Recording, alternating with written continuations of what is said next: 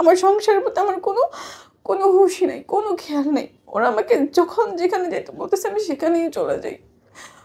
ওরা আমাকে লোকেশন বলে দেয়, ওখানে যেতে হবে, ওইখানে যেতে হবে, আমি ওইখানে চলে যাই। মানে কোনো আমার বাচ্চারা খাইতেছে কিনা, গোসল করতেছে কিনা, বা নিজের কোনো খাওয়া গোসল কোনো কিছু মানে খেয়াল নেই। তখন আমার মনে হতো যে ওরা আমার খুব আপন, এরাই পারবে হয়তো সব মানে সমাধান করতে সমস্যাগুলার। মানে তখন আমার অবস্থা এমন হয়েছে যে কোনটা ভালো কোনটা খারাপ আমি আসলে বুঝতে পারতেছি না।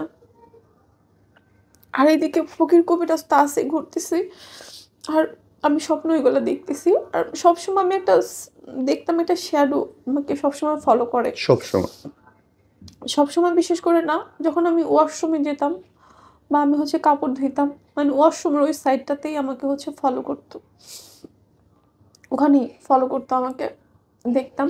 আর এত এত কবিরাজ দেখাচ্ছেন, হুজুর দেখাচ্ছেন, এদের এদের দিয়ে কোনো কাজ হচ্ছে না? না, এরা তকদির দেয়, টাকা পয়সা নেয়। আমি ফোনে ওই যে মগ বলে না, যে মগ জাতীয় কিছু লোক আছে, হুম।